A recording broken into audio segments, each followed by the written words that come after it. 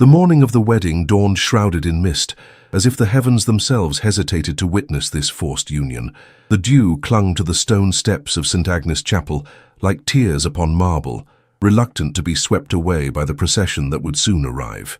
Lady Eleanor Whitcomb stood before her chamber mirror, her reflection a portrait of quiet resignation. The simple ivory gown, unadorned save for a modest lace at the collar, hung from her slender frame like a flag of surrender. Her mother's pearls, the last remnant of their once prosperous estate, rested cold against her throat. "It is time, my lady," came the whispered voice of her maid, Martha, who had served the Whitcombs since before Eleanor's birth and would not abandon her even now when all else was lost. Eleanor nodded, unable to find words adequate for the occasion. What language could properly convey the sacrifice of oneself upon the altar of necessity? What poetry might capture the particular ache of trading one's freedom for the settlement of a father's debts? The carriage journey passed in stifling silence. Through the window, Eleanor glimpsed the rolling hills of Whitcomb Park, lands that had belonged to her family for generations, now forfeit to creditors, and soon to be reclaimed through this most ancient form of commerce, the trading of a daughter. "So your father would be grateful," offered Lady Agatha, Eleanor's aunt and guardian since her parents' passing 3 winters prior. "The Duke of Winter is a man of great consequence, and greater coldness, they say," Eleanor replied, her voice barely audible above the carriage wheels. Lady Agatha's lips pressed into a thin line. "Better a cold husband with warm hearths than a passionate pauper, child. The Duke will restore your position in society, while I surrender my heart to eternal winter. Hearts are luxuries, Eleanor. You have always been too fanciful for your own welfare." The chapel loomed ahead, its grey spire piercing the mist like an accusation against heaven. Eleanor clutched her small prayer book, another remnant of happier days, and steeled herself against the trembling that threatened to overtake her limbs. The ancient doors groaned open. Organ notes hung in the air, solemn and inevitable as judgment. Eleanor's gaze remained fixed upon the stone floor as she proceeded down the aisle, counting each step as if they were the final moments of her true self. At the altar stood the Duke of Winter, Edmund Hale, tall and imposing in his formal attire, not a thread out of place, not a hair disturbed by emotion. His reputation had spread throughout the county long before his arrival. Widowed young, he had retreated into rigid propriety and cold efficiency, managing his vast estates with the precision of a general and the warmth of winter frost. He was respected, feared, obeyed, but never loved. Eleanor curtsied, her head bowed low, refusing to meet the gaze of the man to whom she was being delivered. The vicar's words washed over her like distant waves, vows, promises, commitments exchanged between strangers. "I, Eleanor Catherine Whitcomb." Her voice faltered but did not break. Lady Agatha had taught her well the art of dignity in defeat. The Duke's responses came measured and precise, as if he was signing a property deed rather than binding himself to a living, breathing woman. "I, Edmund James Hale, Duke of Winter." When the rings were exchanged, his gloved hand barely brushed against hers, a touch so fleeting it might never have happened at all. Eleanor felt the cold metal against her finger, a shackle disguised as jewelry, weighing heavier than its modest size should allow. The ceremony concluded with terrible swiftness. No celebratory bells rang out, no cheers echoed through the chapel. Only the scrape of the quill as they signed the marriage registry marked the transformation of Lady Eleanor Whitcomb into the Duchess of Winter. As they processed from the chapel, Eleanor kept her gaze demurely lowered, as befitted both her station and her sentiment. The small gathering of witnesses, mostly the Duke's associates and a handful of distant relatives, offered polite acknowledgements rather than congratulations. They had nearly reached the Duke's imposing carriage when he suddenly paused, causing Eleanor to halt in her careful steps. "A moment," he said, the first words he had spoken to her outside the formal responses of the ceremony. Eleanor glanced up, startled by the interruption to the choreographed proceedings. The Duke reached inside his coat and withdrew a small package wrapped in cream-colored linen, secured with a pale blue ribbon. "This belongs to you," he stated simply, extending the package toward her. Confusion flickered across Eleanor's features as she accepted the offering, her fingers trembling slightly as they brushed against the fine fabric wrapping. "Open it," he instructed, his voice neither warm nor cold, merely expectant. With careful movements, Eleanor untied the ribbon and unfolded the delicate wrapping. Inside lay a silver locket, tarnished by age but unmistakable in its design. an oval pendant engraved with intertwining roses, containing the miniature portrait of a woman with kind eyes and Eleanor's own gentle smile. Her mother's locket, sold years ago to pay for her father's mounting debts after his illness. The last portrait of Lady Catherine Whitcomb, thought lost forever to a collector's anonymous hands. Eleanor's breath caught. Her fingers closed around the precious metal, feeling its familiar weight and contours. "How did you—" she began, but words failed her as the first tear slipped unbidden down her cheek, followed swiftly by another. The Duke said nothing, merely observing her with an expression that, for the briefest moment, suggested something beyond cold calculation, perhaps curiosity, perhaps something deeper still. "The carriage awaits, Your Grace," came the voice of the Duke's valet, interrupting the strange tableau. Eleanor quickly composed herself, wiping away the evidence of her momentary vulnerability. Yet, as she stepped into the carriage that would carry her to Winter Hall, her new home, her gilded cage, the locket remained clutched tightly in her palm, a single warm point in the winter of her new life. The carriage door closed with a decisive click. The horses moved forward. But something had altered in the space between ceremony and departure, a shift as subtle as the changing direction of the wind, yet no less portentous for its subtlety. The rain began to fall. Winter Hall emerged from the morning fog like a spectre, imposing, austere, its grey stone facade unrelieved by ornament or frivolity. The carriage wheels crunched upon the gravel drive, announcing their arrival with sombre percussion. Eleanor gazed through the window, studying what was now to be her home. The manor sprawled across the landscape, its wings extending like arms prepared to enclose her in their cold embrace. Gardens, once perhaps magnificent, now stood ordered with military precision, not a bloom out of place, not a leaf daring to stray from its appointed position. The Duke sat opposite her, his posture unyielding, his gaze directed beyond the carriage window rather than at his new bride. He had spoken not a word since the presentation of the locket, which now hung around Eleanor's neck, concealed beneath the high collar of her gown but warm against her skin, a secret comfort in this alien world. When the carriage halted at the front entrance, a line of servants emerged, arranging themselves with practiced precision. The Duke descended first, then extended a gloved hand to assist Eleanor, a gesture of propriety rather than tenderness. "Mrs. Winter's my housekeeper," he stated as an older woman with silver-streaked hair stepped forward and curtsied deeply.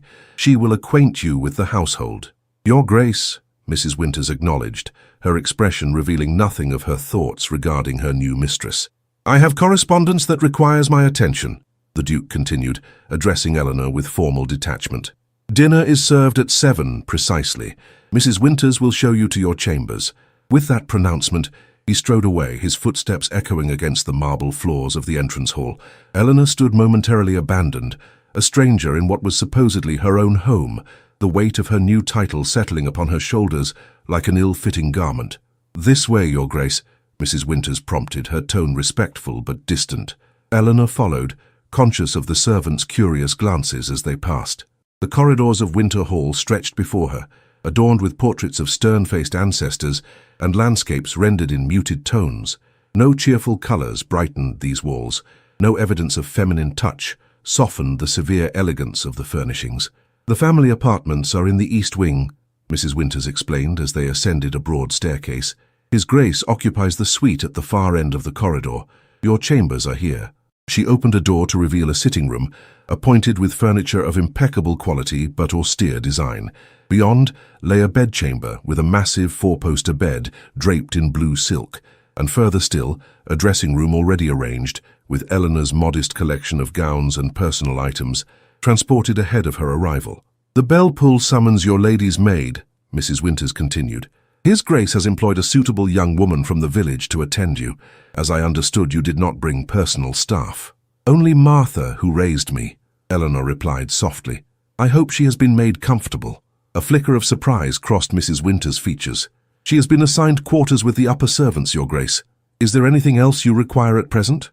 Eleanor shook her head, suddenly overwhelmed by the strangeness of her circumstances. "Not at present, thank you, Mrs. Winters." Left alone, Eleanor moved to the window, which overlooked the formal gardens. The rain had ceased, leaving the landscape glistening under a reluctant sun. She touched the locket at her throat, drawing strength from its presence. A soft knock at the door interrupted her contemplation. "Enter," she called, composing her features into a mask of ducal dignity. The door opened to reveal a woman, perhaps 10 years her senior, elegantly dressed in lavender silk, her golden grey hair arranged in a sophisticated coiffure. Her eyes, the same piercing blue as the Duke's, studied Eleanor with undisguised interest. "So you are Edmund's bride?" the woman declared, advancing into the room with confident grace. "I am Lady Augusta Hale, your new sister-in-law. I've come to welcome you properly, as my brother seems to have neglected his duties in that regard." Eleanor curtsied, uncertain of the proper protocol. "You are most kind, Lady Augusta. Augusta, please, when we are private. We are family now, after all." She settled herself upon a chair, arranging her skirts with practiced ease. "Come, sit with me. You must be overwhelmed by all this cold ceremony." Cautiously, Eleanor took the seat opposite. "I confess, it is not what I expected." "Few things at Winter Hall are what one expects," Augusta replied with a wry smile. "Including my brother, though his reputation for frost is not entirely undeserved." She leaned forward slightly. "I saw him give you something at the chapel. May I inquire what it was that provoked such emotion?" Eleanor's hand instinctively rose to the locket. "He returned something I thought lost forever, my mother's portrait." Augusta's expression softened. "How extraordinary. Edmund is many things, but sentimental has never been among them. I cannot fathom how he obtained it," Eleanor admitted, "or why he would trouble himself with such a gesture." "Perhaps there is more to my brother than society perceives," Augusta suggested, studying Eleanor with new interest. "Or perhaps you have awakened something long dormant." She rose gracefully. "I shall leave you to rest before dinner, but know that you have at least one ally in this mausoleum.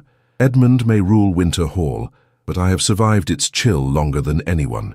After Augusta's departure, Eleanor removed the locket, examining it in the pale afternoon light. It was indeed her mother's. The slight dent on the left side, the almost imperceptible scratch across the engraving, these were details no counterfeit could replicate. How had the Duke come to possess it? What purpose had he in returning it? Was it merely a calculated gesture designed to ensure her compliance, or something more profound? The arrival of a young maid, Alice, she introduced herself, interrupted Eleanor's musings. The girl helped her change from her wedding gown into a dinner dress of deep blue silk, one of the few quality garments remaining from her former life. As Alice arranged her hair, Eleanor caught sight of her reflection in the mirror. The locket gleamed against her skin, a reminder of all she had lost and the strange gift she had received in the midst of her surrender. "You look beautiful, Your Grace," Alice offered shyly. "Thank you, Alice," Eleanor replied, rising from the dressing table. "I believe it is time to face my new household." The dinner gong sounded, its resonance echoing through the corridors like a herald of battle. Eleanor squared her shoulders, touched the locket once more for courage, and stepped into the hall. At the bottom of the grand staircase stood the Duke, his expression inscrutable as he watched her descend. In his hand, he held a single white rose. Dinner at Winter Hall proceeded with the precision of a military campaign. Footmen moved in silent coordination, presenting each course with flawless timing. Crystal gleamed under candlelight. Silver service reflected the flames in distorted patterns across damask tablecloths. Yet despite the grandeur of the setting, only 3 places were laid at the immense mahogany table. The Duke at its head, Eleanor to his right, and Lady Augusta opposite her. "I've instructed cook to prepare a selection of dishes," the Duke stated, breaking the silence that had persisted since they entered the dining room. "You will inform Mrs. Winters of your preferences, so future menus may be adjusted accordingly." "Thank you, Your Grace," Eleanor replied, struggling to reconcile this cold efficiency with the man who had returned her mother's locket. The white rose he had presented at the foot of the staircase now lay beside her plate, another gesture at odds with his frigid demeanor. "Must we persist with such formality, Edmund?" Augusta interjected, her tone light but her gaze pointed. "You are husband and wife now, not diplomatic envoys from hostile nations." The Duke's expression remained impassive. "Formality provides structure, Augusta. I believe the Duchess appreciates clarity in her new position." "The Duchess has a name," Augusta countered. "One might occasionally employ it." A muscle tensed in the Duke's jaw, but his voice remained controlled. "Eleanor, then, does the arrangement of your chambers meet with your approval?" The sudden use of her given name startled Eleanor more than the question itself. "Yes, they are most comfortable. Thank you for your consideration." "It was no great effort. The chambers have stood ready since the announcement of our engagement." Augusta sighed audibly. "My brother's talent for romance continues to astound." Eleanor observed the siblings' exchange with cautious interest. Their familiarity with one another's barbs suggested long practice, Yet beneath Augusta's teasing lay genuine affection and perhaps concern. "I understand you enjoy reading, Eleanor," Augusta continued, clearly determined to extract some semblance of normal conversation from the stilted atmosphere. "Edmund's library is quite impressive, though woefully underutilized. Perhaps you might breathe some life into those neglected volumes." "The library is at your disposal," the Duke confirmed, "as are the music room and conservatory. Winter Hall is your home now. You may occupy yourself as you wish, provided proper decorum is maintained." "How magnificently generous," murmured Augusta, earning a sharp glance from her brother. Eleanor lowered her gaze to her barely touched plate. "I am grateful for such liberty, Your Grace. I fear I have brought little of value to this union. Save my name." Something flickered in the Duke's expression, a brief disturbance in his careful composure. "Your name is Hale now, and the value of what you have brought remains to be determined." The conversation faltered, giving way to the delicate sounds of silver against porcelain. Eleanor found herself studying the Duke when he was engaged with his plate, or responding to his sister's occasional remarks. His features were undeniably handsome. Strong jaw, straight nose, well-defined brow, yet they seemed carved from marble rather than formed of flesh. Only his eyes suggested depths beneath the surface, blue as winter ice, yet harboring shadows that hinted at concealed turbulence. As the final course was cleared, the Duke addressed Eleanor directly once more. "Tomorrow, I shall acquaint you with the estate accounts and household ledgers. As Duchess, certain responsibilities will fall to you." "I am prepared to fulfill my duties," Eleanor replied, her voice steadier than she felt. "Excellent. We shall begin after breakfast." He rose from his chair, signaling the end of the meal. "If you will excuse me, I have correspondence to complete before retiring." With a formal bow, he departed, leaving Eleanor alone with Augusta, who immediately released another sigh. "You must forgive my brother's manner," she said, moving to occupy the chair beside Eleanor. "Since Arabella's death, he has retreated behind walls of propriety and duty." "Arabella?" Eleanor inquired carefully. "His first wife." Augusta's expression grew somber. "She died 7 years ago after only 2 years of marriage. Edmund has never spoken of it, not even to me." Eleanor twisted the wedding band on her finger, this new knowledge settling uncomfortably upon her conscience. "I was not aware." "Few are. Edmund ensured the matter was handled with utmost discretion." Augusta placed her hand gently over Eleanor's. "I tell you this not to distress you, but because understanding may prove your greatest ally in this house." "And did he—" Eleanor hesitated, uncertain how to phrase her question. "Love her?" Augusta finished. "I believe he did, in his way. Edmund has never given himself easily to emotion, even before grief hardened him further." She smiled sadly. "But he is not incapable of feeling, merely cautious with it." Eleanor nodded, her thoughts returning to the locket and the rose, small gestures that now seemed even more significant in light of this revelation. "Come," Augusta said, rising. "Let us retire to the drawing room. I shall play for you, and you can tell me of your accomplishments, which I suspect are far greater than you have been permitted to acknowledge." The evening passed more pleasantly in Augusta's company. Music filled the drawing room, as Augusta demonstrated considerable skill at the pianoforte, coaxing Eleanor to join her in a duet. For brief moments, the oppressive atmosphere of Winter Hall receded, allowing glimpses of what life might become, if not for the shadows that seemed to cling to every corner. Later, as Eleanor prepared for bed with Alice's assistance, her thoughts returned to the Duke, to Edmund, as she must learn to think of him. What manner of man presented his unwanted bride with her mother's treasured locket, then retreated behind impenetrable formality? What pain lay beneath his frozen exterior? And what might emerge if that ice were to thaw? "Will there be anything else, Your Grace?" Alice asked, having completed the nightly rituals of brushing and braiding Eleanor's hair. "No, thank you, Alice. You may retire." Left alone, Eleanor approached the window. The night was clear now, stars scattered across the velvet sky like diamonds on midnight silk.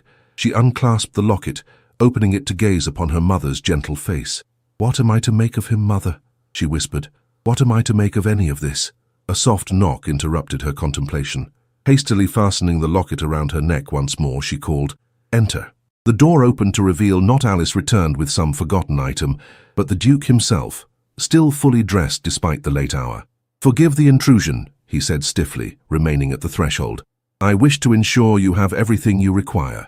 Eleanor straightened, acutely conscious of her state of undress, though her nightgown and wrapper revealed nothing improper. "Yes, thank you. Everyone has been most attentive." The Duke nodded. his gaze travelling briefly to the locket at her throat before returning to her face. "The rose, was it to your liking?" The unexpected question caught Eleanor off guard. "It was beautiful," she answered truthfully, "though I confess I did not understand its purpose." "It has no purpose beyond itself," he replied. "My mother cultivated that variety. They bloom rarely, even in the conservatory." Before Eleanor could respond to this startling revelation, he inclined his head in a formal gesture. "Rest well, Eleanor. Tomorrow begins your life as Duchess of Windsor in earnest." He closed the door, leaving Eleanor staring at the space he had occupied, the implications of his visit and his words settling around her like delicate petals falling from an unexpected bloom. Outside her window, a nightingale began to sing. Morning light filtered through the silk damask curtains of Eleanor's chamber, casting muted patterns across the polished floor. She had risen early, determined to present herself as befitted her new station. Alice had arranged her hair in a simple but elegant style and dressed her in a gown of sage green that lent colour to her otherwise pale complexion. The locket remained at her throat, a small rebellion perhaps, but one she felt entitled to maintain. Its presence gave her courage as she descended to the breakfast room where the Duke awaited, his tall figure silhouetted against the window that overlooked the eastern gardens. "Good morning, Your Grace," Eleanor greeted him, her voice steady despite the flutter of nerves beneath her composed exterior. He turned, acknowledging her with a slight inclination of his head. "Eleanor, I trust you slept well." "Yes, thank you." She took her place at the table as a footman appeared silently to serve her tea. "The accommodations are most comfortable. I am gratified to hear it." The Duke resumed his seat, returning his attention to the newspaper beside his plate. "After breakfast, we shall review the household accounts in my study. Mrs. Winters has prepared a summary of current expenses and staff responsibilities for your examination." Eleanor sipped her tea, observing her husband from beneath lowered lashes. In daylight, the severe lines of his face appeared somewhat softened, though no less imposing. She noted the precise manner in which he handled his cutlery, the careful way he folded the newspaper when finished, every movement deliberate and controlled. "May I inquire after your plans for the day?" she ventured, seeking to establish some semblance of normal marital discourse. The Duke looked up, a flicker of surprise crossing his features at the question. "I have estate matters to attend to this afternoon. The tenant at Northfield Farm requires consultation regarding drainage issues." "I see." Eleanor hesitated, then added, "Perhaps, when you have concluded your business, you might show me the grounds. I should like to become better acquainted with Winter's environs." Something indefinable shifted in his expression, not quite softening, but a momentary breach in his perfect composure. "That would be acceptable, weather permitting." The breakfast concluded with little further conversation. Shortly thereafter, Eleanor found herself in the Duke's study, a handsome room lined with leather-bound volumes and dominated by an imposing desk of polished mahogany. Maps of the estate hung upon one wall. Portraits of stern-faced ancestors gazed down from another. "The Windsor estates encompass approximately 12,000 acres, the Duke explained, spreading a detailed map before her. "The main property surrounds the hall with outlying farms and several villages under our jurisdiction." Eleanor studied the map with genuine interest. "It is a considerable responsibility. Indeed, one that has belonged to my family for 15 generations. Pride colored his voice, the first real emotion she had detected since their marriage. "As Duchess, you will oversee the household budget, staff appointments, and certain charitable obligations." He presented her with a leather-bound ledger, its pages filled with meticulous notations in a precise hand. "Mrs. Winters has maintained these records admirably, but such duties properly belong to the lady of the house." Eleanor accepted the ledger, conscious of the weight of both the physical book and the responsibility it represented. "I shall endeavour to uphold the standards of Winter Hall." "I have no doubt of your capability," he replied, surprising her. "Your aunt spoke highly of your management of Whitcomb Park, despite its difficulties." The reference to her family's financial ruin brought a flush of shame to Eleanor's cheeks. "We managed as best we could, under the circumstances." The Duke observed her reaction with inscrutable eyes. "I intended no criticism. Quite the contrary. Your dignity in adversity is commendable." Before Eleanor could formulate a response to this unexpected praise, the study door opened after a perfunctory knock. A tall man entered, elegantly attired in a riding coat of fine burgundy cloth, his handsome features arranged in an expression of practiced charm. "Winter, "I've come to pay my respects to your bride," the newcomer announced, his voice carrying the cultured tones of London society. The Duke stiffened visibly. "Crowell, I was not aware we had arranged a meeting." "Hence the pleasure of surprise," the man replied, his smile unwavering as he turned his attention to Eleanor. "Lady Eleanor, forgive me, Duchess, how enchanting you appear in your new role." Eleanor recognized him with a jolt of dismay. Sir Adrian Crowell had been among her most persistent suitors before her father's death and the family's subsequent disgrace. His attentions had cooled considerably once her dowry evaporated, though his manner had remained unfailingly polite whenever their paths crossed in society. "Sir Adrian," she acknowledged, rising from her chair with as much grace as she could muster. "How unexpected to see you at Winter Hall." "I could hardly fail to congratulate my dear friend on his marriage," Adrian replied, executing a flawless bow. "Though I confess, Winter, you kept your intentions remarkably close." The announcement quite startled county society. "My affairs are not conducted for society's entertainment," the Duke replied coolly. Adrian laughed, undeterred by the frosty reception. "As formidable as ever. But surely you'll not begrudge an old acquaintance a moment with your bride? Lady Eleanor and I are well known to one another from happier days." Eleanor did not miss the slight narrowing of the Duke's eyes at this declaration. "Indeed," he said, his tone revealing nothing of his thoughts. "Then I shall leave you to reacquaint yourselves, while I inform Mrs. Winters we shall have a guest for luncheon." He departed with a formal bow, leaving Eleanor alone with their unexpected visitor. The moment the door closed, Adrian's demeanor shifted subtly, his smile acquiring a sharper edge. "Well, well, the rumors are true," he murmured, moving closer. "Little Eleanor Whitcomb, risen from the ashes of disgrace to become a duchess. How remarkably fortunate." Eleanor maintained her composure with effort. "Fortune had little to do with it, Sir Adrian." "No? Then perhaps you'll enlighten me as to how the daughter of a ruined gentleman secured one of the most eligible peers in England." His gaze travelled to the locket at her throat. "A pretty trinket." "A wedding gift from your illustrious husband."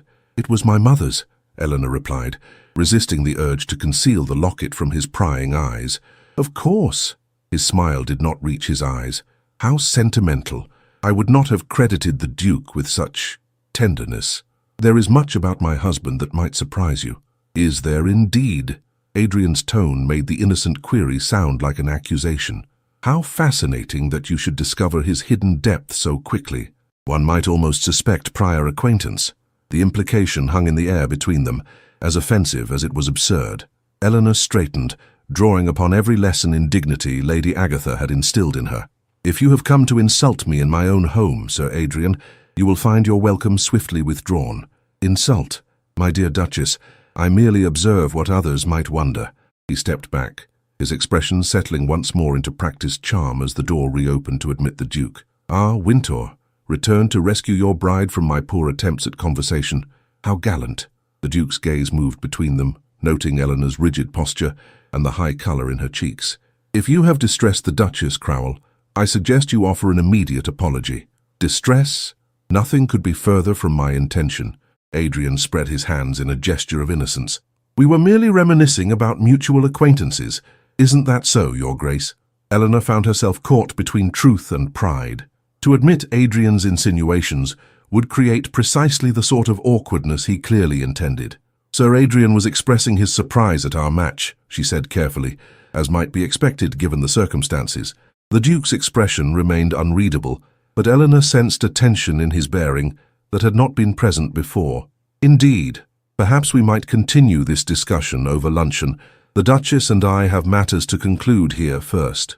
The dismissal was unmistakable. Adrian bowed with exaggerated deference. "Of course, I shall await your convenience in the drawing-room, if I may." After his departure, silence descended upon the study. Eleanor stood by the window, struggling to compose herself, acutely aware of the Duke's scrutiny. "What did he say to disturb you?" The question came abruptly, devoid of preamble. Eleanor hesitated. "Nothing of consequence." "You are not an accomplished liar, Eleanor. It does you credit, but it renders your distress transparent." She turned to face him, surprised by the directness of his observation. "He implied impropriety in our match, that some prior connection must exist between us to explain your choice of a bride." The Duke's expression darkened momentarily. "Crowell's insinuations reflect his own character, not yours." "Nevertheless, they will be echoed elsewhere," Eleanor replied. Your choice of a bride without fortune or powerful connections will raise questions. Let them question. I am not accountable to idle gossips. Eleanor studied him, searching for the motivation behind his apparent indifference to scandal. May I ask why then? Why choose me when you might have had any lady of suitable rank? For a moment she thought he might actually answer. Something flickered in his eyes, a shadow of emotion quickly suppressed. Instead, he moved to the desk, gathering the papers they had been reviewing. We shall continue this discussion tomorrow. I believe luncheon awaits. As they walked together toward the dining room, Eleanor was acutely conscious of the space between them, physical distance that mirrored the emotional chasm she had yet to bridge. Yet she had glimpsed something beneath the Duke's frozen exterior, a capacity for anger in her defense, however restrained its expression. Behind them, a clock chimed 12. The rose from the previous evening, which Eleanor had placed in a small vase upon the study mantel, shed its first petal in silent witness. The afternoon stretched interminably as Eleanor endured Sir Adrian's prolonged visit. Following a luncheon during which the conversation remained superficially pleasant but underlaid with tension, the Duke excused himself to attend to the estate business he had mentioned at breakfast, leaving Eleanor to entertain their unwelcome guest. "How gallantly your husband abandons you to my company," Adrian observed as they took tea in the small salon. "One might almost suspect he seeks to provide us opportunity for private conversation." Eleanor maintained her composure, though inwardly she questioned the Duke's decision to leave her alone with a man who had already demonstrated his capacity for impropriety. His Grace has responsibilities that cannot be neglected, even for social obligations. "Responsibilities," Adrian echoed, his tone making the word sound faintly ridiculous. "Tell me, Eleanor, forgive me, Your Grace, how do you find married life thus far? Is Winter Hall everything you dreamed of during your reduced circumstances?" The barb was deliberate, designed to remind her of her family's disgrace and her own precipitous fall from social standing. Eleanor met his gaze steadily, refusing to grant him the satisfaction of witnessing her discomfort. "I find Winter Hall a dignified residence, and the Duke a considerate husband." Adrian's laugh held no warmth. "Considerate, what a deliciously chosen word, neither praise nor censure, yet implying virtuous restraint. Your diplomatic skills have flourished, it seems." "You mistake honest assessment for diplomacy, Sir Adrian." "Do I?" He leaned forward, dropping his voice to a near whisper. "Then perhaps you might honestly assess why a man of Winter's position would select a bride whose family name has been tarnished by financial impropriety, unless, of course, that tarnish makes you a more manageable duchess, less inclined to question, more grateful for rescue." Eleanor felt heat rise to her cheeks, anger overcoming her earlier determination to remain unaffected by his provocations. "You presume too much, sir. The Duke's reasons are his own, but I assure you I am neither so desperate nor so lacking in dignity as to accept such an arrangement as you imply. Desperation wears many masks, my dear, as does ambition, as does jealousy," she countered, surprising herself with her boldness. Adrian's expression hardened momentarily before dissolving into practiced charm once more. "Jealousy? How fascinating that you should interpret my concern for an old friend as something so base. I merely wish to ensure you haven't traded one form of bondage for another, albeit more gilded." "Your concern is noted and dismissed," Eleanor replied coldly. "Now, if you will excuse me, I have household matters to attend to." Rising with as much dignity as she could muster, Eleanor pulled the bell cord to summon a servant. Adrian stood as well, offering a bow that managed to be both perfect in execution and insolent in intent. "Of course. Far be it from me to interfere with your newfound duties." He glanced around the elegantly appointed room. "It's a beautiful cage, Eleanor. I hope it proves worth the price of admission." Before she could formulate a suitably cutting response, the door opened to admit not a servant, but Lady Augusta, whose keen gaze immediately assessed the tension between the two occupants. "Sir Adrian," she greeted him with cool politeness, "how unexpected to find you at Winter. I was not aware my brother had renewed acquaintance with the Crowell family." "Lady Augusta, as formidable as ever," Adrian replied, his smile never faltering. "I came merely to pay my respects to the new Duchess. Old county connections, you understand." "Indeed. How commendably neighbourly." Augusta's tone suggested she found it anything but. "I believe my brother has returned from his business. No doubt he will wish to bid you farewell before you depart." The dismissal was unmistakable. Adrian accepted it with superficial grace, though Eleanor did not miss the flash of resentment in his eyes. After his departure, escorted by Augusta, Eleanor sank back into her chair, suddenly exhausted by the encounter. Augusta returned shortly, her expression concerned. "Are you well, my dear? You look quite pale." "Sir Adrian's conversation proved somewhat taxing," Eleanor admitted. "I can well imagine. That man always did possess a remarkable talent for unpleasantness disguised as civility." Augusta seated herself across from Eleanor. "May I inquire what brought him to Wintour? Edmund would not normally tolerate his presence. He claimed to be congratulating us on our marriage." "How thoughtful," Augusta remarked dryly. "And did these congratulations include subtle inquiries regarding the circumstances of said marriage?" Eleanor looked up, startled by the older woman's perception. "Indeed they did. Rather pointed ones, in fact. I suspected as much. Adrian Crowell has nursed ambitions above his station for years. Your marriage to Edmund must have come as quite a shock to his system." Augusta studied Eleanor with sympathetic understanding. "Did he upset you greatly?" "He implied impropriety in the Duke's choice of bride, that some secret arrangement or scandal must explain our match." Augusta's expression darkened. "The man's impertinence knows no bounds. I trust you did not allow his insinuations to distress you?" "I confess they have left me unsettled," Eleanor admitted, "not because I give them credence, but because others might. The Duke's choice of a bride without fortune or connections invites speculation." "My brother has never concerned himself with the opinions of society," Augusta replied, "though I admit his decision to marry at all came as a surprise after maintaining his widowhood for so many years." Eleanor hesitated, then asked the question that had preoccupied her thoughts since Adrian's departure. "Lady Augusta, may I ask, what became of the Duke's first wife? I know so little, yet the shadow of her absence seems to linger in every corner of this house." Augusta's expression grew somber. "Arabella died in childbirth along with the infant, a son. Edmund has never spoken of it directly, not even to me, but I believe he holds himself responsible in some fashion. How could he be at fault for such tragedy?" "Guilt seldom requires logical foundation," Augusta replied sadly, "particularly in a man as devoted to duty and control as my brother." Eleanor's fingers found the locket at her throat, turning it absently as she absorbed this new information. "And there were no other children?"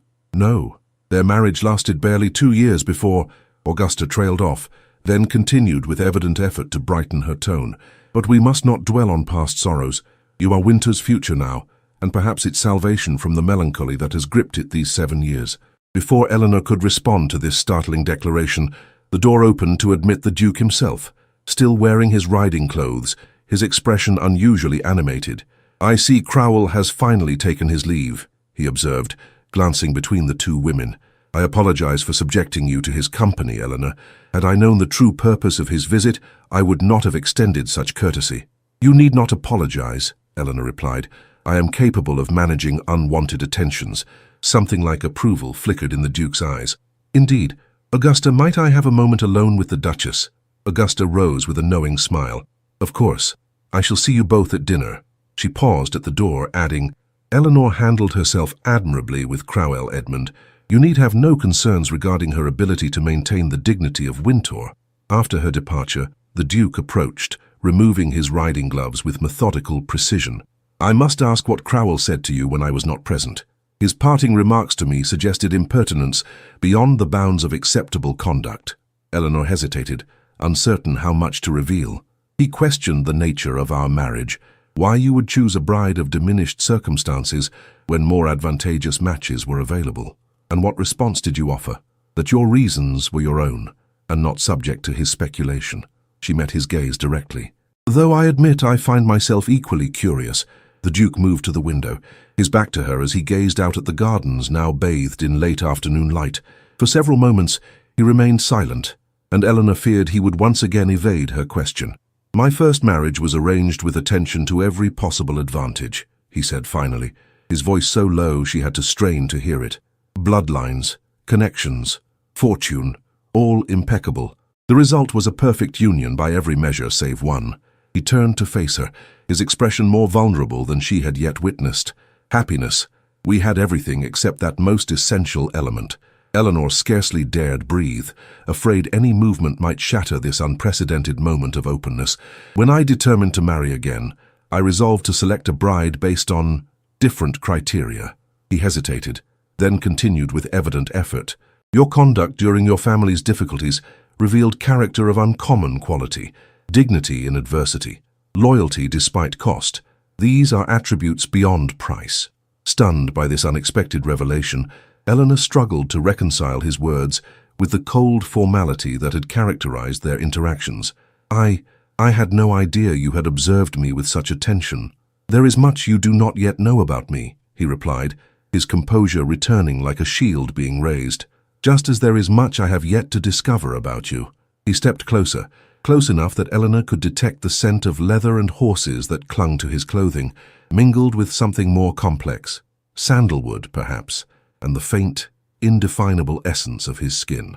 I would like to show you something, he said, his voice returning to its usual measured tone. If you would accompany me to the West Wing? Curiosity piqued. Eleanor nodded her assent. They walked together through corridors she had not yet explored, the Duke occasionally pointing out features of architectural interest or explaining the history behind a particular portrait or artifact. The West Wing appeared less frequently used, its grandeur slightly subdued by an air of disuse.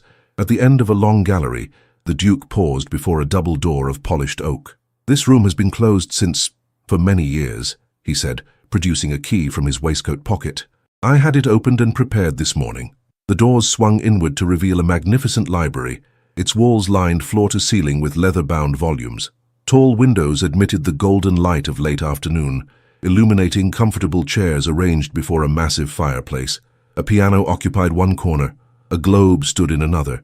The air held the comforting scent of books and beeswax polish.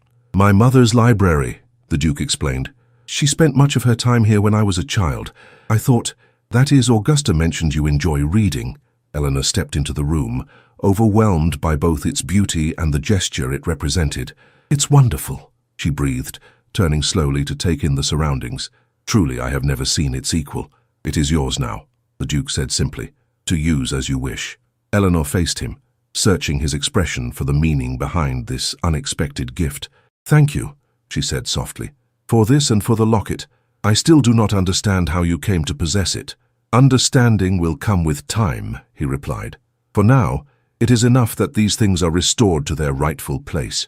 As they stood together in the warm light of the library, something shifted between them, subtle as the changing angle of sunlight through glass, yet no less transformative. Eleanor felt a tension she had not fully acknowledged begin to ease, replaced by a cautious curiosity about the complex man she had married. The clock in the hallway chimed 5, breaking the moment. I must change for dinner, the Duke said, resuming his more formal demeanor. I shall see you at 7. He departed with a slight bow, leaving Eleanor alone in the library, her library now. She moved slowly among the shelves, trailing her fingers along the spines of books that represented a lifetime of collected wisdom and beauty. On the mantelpiece stood a small porcelain figurine of a dancer, delicate and graceful in frozen motion. Beside it lay a folded piece of paper. With trembling fingers, Eleanor opened it to find a pressed white rose petal and a single line in the Duke's precise handwriting. Some gifts require no reason beyond themselves. A fortnight passed, each day establishing new rhythms within the formal structure of life at Wintour Hall. Eleanor found herself gradually assuming the responsibilities of her position, reviewing household accounts with Mrs. Winters, consulting with cook regarding menus, and making acquaintance with the Wintour tenants during carefully orchestrated visits to the estate's farms and cottages. The Duke maintained his reserve, yet small changes in his behavior suggested a thawing of his rigidity. He joined Eleanor in the library most evenings after dinner, sometimes reading silently in her company, occasionally engaging in conversation about books or music or the day's events. These interactions, though still marked by formality, grew incrementally more natural with each passing day. The library had become Eleanor's sanctuary, a space where she felt neither an intruder nor merely a titled administrator of the Duke's household. Here, surrounded by books and graced with afternoon light, she could almost imagine herself content with the strange arrangement that had become her marriage. It was in this sanctuary that Lady Augusta found her on the afternoon of the village fete, an annual tradition that Eleanor, as the new Duchess, would be expected to attend at the Duke's side. "Ah, here you are," Augusta declared, sweeping into the room in a rustle of lavender silk. "Contemplating your official debut as Duchess of Winter, I presume. The village will be positively aquiver with curiosity." Eleanor looked up from her book with a smile. Augusta's forthright manner had become a welcome constant in her new life. I confess I am somewhat apprehensive. The tenants have been polite during our visits, but a public appearance is rather different.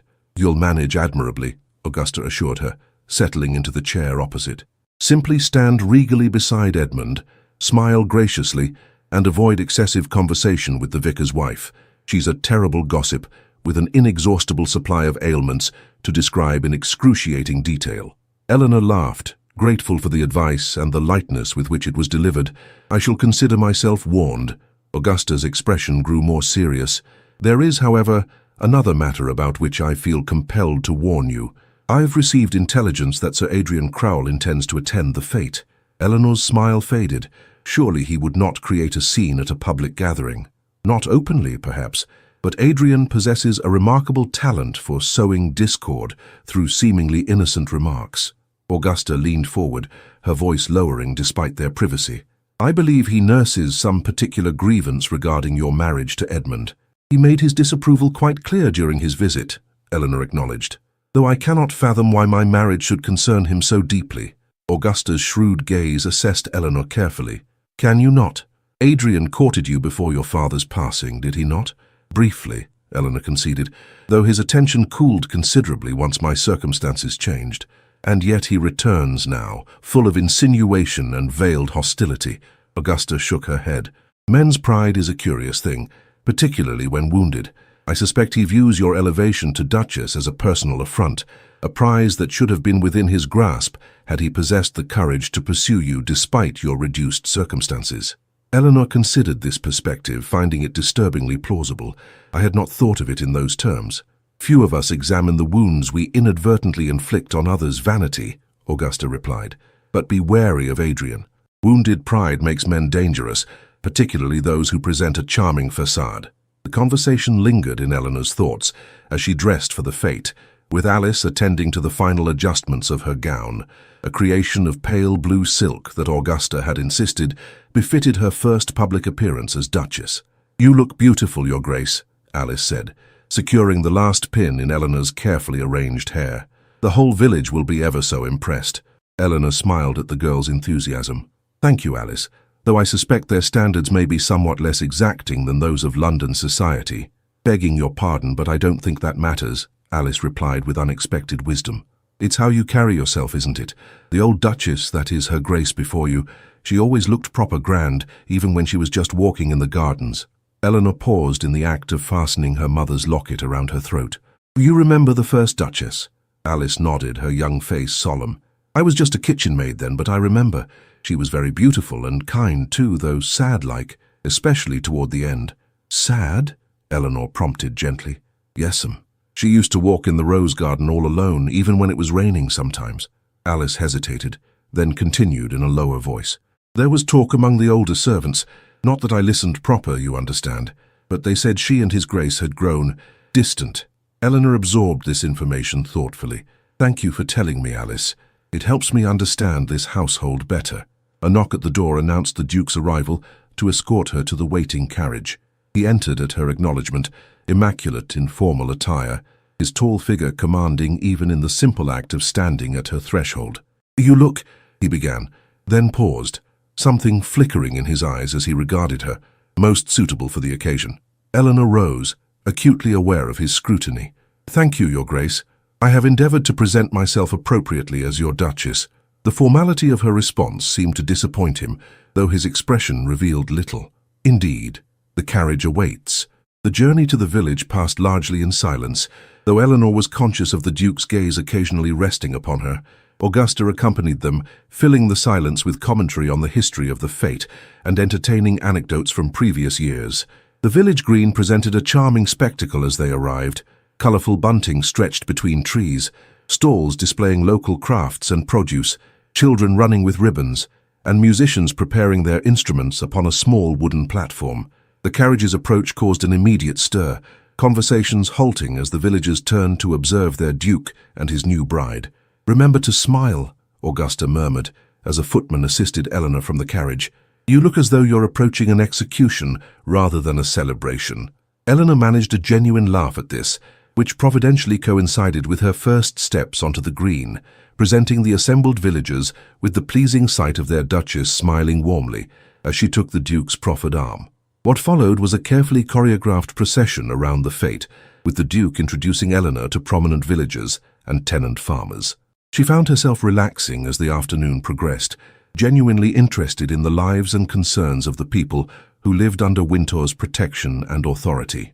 "You have a natural gift for this," the Duke observed quietly as they paused between introductions. "The tenants are responding well to your interest." Surprised by the compliment, Eleanor glanced up at him. "I find their lives and work fascinating. Mr. Hadley's description of the new drainage system was particularly enlightening." A ghost of a smile touched the Duke's lips. "I doubt any previous Duchess of Winter has ever found drainage enlightening." "Then they missed an opportunity for valuable education," Eleanor replied, emboldened by his almost smile. He regarded her with an expression she could not quite decipher. "You continue to surprise me, Eleanor." Before she could respond, they were approached by the vicar and his wife, the latter launching immediately into a detailed account of her rheumatism, just as Augusta had warned. Eleanor maintained a polite expression of concern, though she caught the Duke's eye briefly during a particularly graphic description of swollen joints. The shared moment of suppressed amusement felt strangely intimate, a private understanding in the midst of public performance. The pleasant atmosphere was disrupted, however, by the arrival of Sir Adrian Crowell, elegantly attired and bearing the confident smile of a man certain of his welcome despite evidence to the contrary. "Your Grace," he greeted the Duke with a bow just short of insolent in its flourish. "How democratic of you to mingle with your tenantry." And Duchess, a vision of aristocratic loveliness among the rustics. The Duke's posture stiffened perceptibly. "Crowell, I was not aware you had interests in this parish." "My interests are varied and wide-ranging," Adrian replied, his gaze lingering on Eleanor, "particularly where beauty and elevation are concerned." "Then I suggest you elevate yourself elsewhere," the Duke responded, his tone glacial. "My wife and I have obligations to our tenants." Adrian's smile remained fixed, though his eyes hardened. "Of course, far be it from me to interfere with your obligations." He turned to Eleanor, executing another flourishing bow. "Duchess, might I beg the favor of your company for a brief promenade about the green? There are matters of mutual acquaintance I would discuss." Before Eleanor could formulate a diplomatic refusal, the Duke intervened. "The Duchess remains at my side, Crowell. Any matters you wish to discuss can be addressed through proper channels." Adrian's expression tightened momentarily before smoothing into practiced affability. "How very protective you've become, Winter. One might almost suspect jealousy, an emotion I had thought entirely foreign to your nature." An uncomfortable silence fell as the two men regarded each other with barely concealed hostility. Eleanor, sensing the potential for public spectacle, placed her hand deliberately on the Duke's arm. "I believe the children are preparing to present their maypole dance, Your Grace," she said, her voice calm but firm. "We would not wish to miss their performance, having promised our attention." The Duke covered her hand with his own, a gesture that sent an unexpected warmth through Eleanor's body. "Indeed. Good day, Crowell." As they moved away, Eleanor was acutely conscious of Adrian's gaze following them, and of the Duke's hand still covering hers, warm and unexpectedly comforting. "Thank you," he said quietly when they were beyond Adrian's hearing. "Your intervention was timely. I had no desire to witness a confrontation between my husband and a former acquaintance," Eleanor replied, "particularly not before an audience of tenants." "Former acquaintance?" The Duke's tone held a question. Eleanor hesitated, uncertain how much to reveal of her prior connection to Adrian. "Sir Adrian was briefly among my suitors before my father's death," she admitted. "His interest diminished considerably once our financial circumstances changed." The Duke's expression darkened. "Yet he now presumes upon that prior connection to create discomfort. I believe Augusta may be right. His pride was wounded by my marriage to you, a prize beyond his reach, yet one he had discarded." "You are not a prize to be claimed or discarded," the Duke replied with unexpected vehemence. "You are the Duchess of Wintour." The assertion held a possessiveness that both startled and pleased Eleanor. "Yes," she agreed softly, "I am." The moment was interrupted by the arrival of several children bearing flower garlands, which they presented to Eleanor with shy pride. The formality of the afternoon dissolved into genuine warmth as she accepted their offerings and listened to their carefully rehearsed speeches of welcome. Later, as the sun began its descent toward evening, Eleanor found herself momentarily separated from the Duke as he conferred with the estate steward about some matter requiring immediate attention. She stood at the edge of the green, watching the villagers dance to the lively music of fiddle and accordion. "Such a charming spectacle," came Adrian's voice from behind her. "The simple pleasures of simple folk. So very different from the entertainments you once enjoyed in more elevated circles." Eleanor turned, maintaining a composed expression despite her displeasure at his persistence. The sincerity of their enjoyment seems preferable to the artifice of certain society amusements. How nobly expressed! The Duchess adapts to her new role with admirable flexibility. Adrian stepped closer, lowering his voice. "I wonder if your husband appreciates the extent of your adaptability." "I suggest you consider your words with care, Sir Adrian," Eleanor warned, her tone glacial despite the heat rising to her cheeks. "My husband does not tolerate disrespect toward me, nor do I." "Disrespect? I merely observe that your circumstances have undergone a remarkable transformation. From near destitution to duchess in one convenient ceremony." His smile held no warmth. One cannot help but wonder what arrangement secured such advancement. Eleanor felt a cold fury replace her earlier discomfort. "The only arrangement, Sir Adrian, was a marriage conducted with full legal and religious sanction. Any insinuation to the contrary reflects more upon your character than mine." "Such righteous indignation," he murmured. "Yet I cannot help but recall your family's disgrace, your father's debts, the whispers of impropriety in his financial dealings. How convenient that all should be forgotten in the glow of your new title." "Nothing is forgotten," Eleanor replied, her voice steady despite the painful accuracy of his barbs. "Least of all the fair-weather nature of certain friendships that withered at the first hint of adversity." Adrian's expression hardened. "You mistake prudence for fickleness, my dear. A man in my position must consider connections carefully, as must a woman in mine," Eleanor countered, "which is why I would ask you to maintain a proper distance in future, both physically and in conversation." "Such haughtiness from one so recently humbled," Adrian remarked, his tone sharpening. "I wonder if your husband knows the full extent of your family's disgrace, the rumors that circulated regarding your father's methods of securing investments." Eleanor felt the blood drain from her face. "My father was guilty of poor judgment, not dishonesty. A fine distinction, particularly when those who trusted him lost everything." Adrian's smile returned, cruel in its satisfaction at her visible distress. Perhaps the Duke would find such details illuminating. "What details would those be, Crowell?" The Duke's voice, cold and precise, came from directly behind Adrian, who turned with poorly concealed alarm. "Wintour, merely reminiscing about county matters with your charming bride." "Indeed." The Duke moved to Eleanor's side, his tall figure radiating controlled fury. "I find it curious that these reminiscences appear to cause my wife distress." Adrian maintained his facade of innocence. "If the Duchess finds discussion of her family history distressing, I can only offer my sincerest apologies." "You can offer your immediate departure," the Duke replied, his voice dropping to a register that, while quiet, carried unmistakable menace. "And you can consider your welcome at Winter Hall and its dependencies permanently withdrawn." Adrian's composure finally cracked, revealing the spite beneath his polished exterior. "How gallantly you defend her, Wintour. One might almost believe genuine feeling motivated your surprising choice of bride, rather than the convenient acquisition of a grateful and biddable woman, bound to you by financial salvation." Eleanor gasped at the naked insult, but before she could respond, the Duke stepped forward, his expression terrifying in its controlled rage. "You forget yourself, Crowell," he said, each word precise as a blade. "Leave now, while you retain the ability to do so under your own power." For a moment, it seemed Adrian might offer further provocation, but self-preservation evidently overcame his wounded pride. With a stiff bow, he turned and departed, his rigid back betraying his fury at the public dismissal. In the silence that followed, Eleanor became aware that several nearby villagers had witnessed the exchange, though the Duke's voice had been too low for his words to carry beyond their immediate circle. "Are you unwell?" the Duke asked, his gaze searching her face with unexpected concern. "You are pale."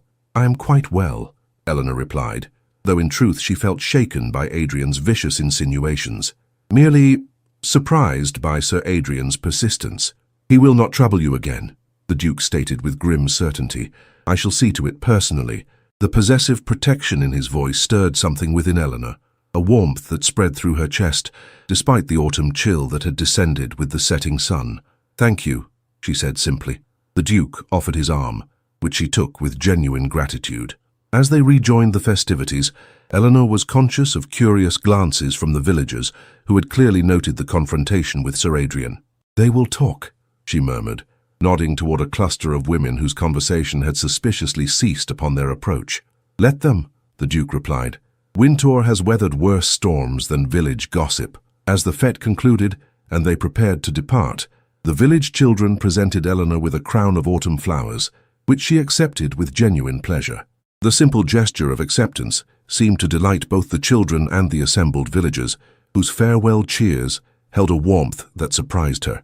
During the carriage ride home, Augusta regaled them with observations and gentle mockery of various village personalities, her cheerful commentary filling the silence that might otherwise have grown awkward in the aftermath of Adrian's confrontation. Upon their return to Winter Hall, the Duke escorted Eleanor to the library rather than directly to the drawing room, where Augusta tactfully preceded them, claiming a desire for tea. In the private warmth of the library, lit by the soft glow of lamps against the gathering dusk, the Duke turned to Eleanor with an expression of unusual openness. "I must apologize for Crowell's behavior," he began. "Had I anticipated his attendance at the fete, I would have taken measures to prevent his approach." "You cannot be held responsible for his actions," Eleanor replied, removing her gloves and placing them carefully upon a side table. "Though I am grateful for your intervention." The Duke studied her with an intensity that made her pulse quicken. "His insinuations about your father, they distressed you greatly." It was not quite a question, yet Eleanor felt compelled to answer. "My father made grievous errors in judgment that cost many people dearly, including our family, but he was not. That is, he never intentionally," she faltered, finding it suddenly difficult to defend actions that had resulted in such widespread pain. "I am well acquainted with the particulars of your father's financial difficulties," the Duke said quietly, "including the circumstances that led to them. He was not dishonest, merely unwise in his trust of those who presented themselves as friends." Eleanor looked up in surprise. "You investigated my family's affairs?" "Thoroughly," he admitted without apology, "before approaching your aunt with my proposal. I wished to understand precisely what had occurred." A chill ran through Eleanor at this revelation. "To ensure I was not tainted by scandal beyond repair. To ensure that you had been victim rather than accomplice," he corrected. "And to identify those truly responsible for your father's ruin." Eleanor's breath caught. "Truly responsible? I don't understand." The Duke moved to the fireplace, staring into the flames for a long moment before responding. "Your father's investment in the Northern Railway venture was based on falsified reports of its viability, reports prepared by men who knew the enterprise would fail, but who stood to profit from its initial capitalization." "How could you possibly know this?" "Because I acquired the company's records during liquidation," he replied simply, "along with certain private correspondence that confirmed deliberate deception." Eleanor sank into a nearby chair, overwhelmed by this revelation. "Why would you investigate so thoroughly? What possible interest could my family's disgrace hold for you?" The Duke turned to face her, his expression more vulnerable than she had yet witnessed. "Because I wished to know if you were worthy of the title I proposed to bestow upon you, not by birth or fortune, which are accidents of circumstance, but by character, which is revealed most clearly in adversity." He approached, stopping before her chair and extending his hand. After a moment's hesitation, Eleanor placed her ungloved hand in his. The Duke's fingers closed around hers, warm and strong. "What I discovered," he continued, his voice low and intent, "was a woman who maintained dignity without pride, who sacrificed comfort without complaint, who honored obligations not her own making. In short, a woman worthy of becoming Duchess of Winter, in more than name alone." Eleanor's heart thundered in her chest as she gazed up at him, searching his face for any sign of calculation or deception. She found only earnest intensity and something else, something that made the breath catch in her throat. "And have you found me so in practice as well as in theory?" she asked softly. "I have found you," he began, then paused, seemingly struggling with unfamiliar territory, more than I anticipated. He released her hand slowly, his fingertips trailing across her palm, in a gesture so intimate it sent a shiver through her entire body. "We should join Augusta for dinner," he said, his voice returning to its usual measured tone, though something new lingered beneath the surface. "But this conversation is not concluded, Eleanor. There is more you should know." As they walked together toward the drawing room, Eleanor was conscious of a profound shift in their relationship, as if a door had been opened between them, offering glimpses of rooms previously sealed and silent. Behind them in the library, the autumn flowers of her village crown lay forgotten upon the table, their petals beginning to curl at the edges as if in anticipation of transformation yet to come. Dinner that evening passed in a haze of distraction for Eleanor. She responded to Augusta's cheerful conversation by rote, her thoughts consumed by the Duke's revelations in the library.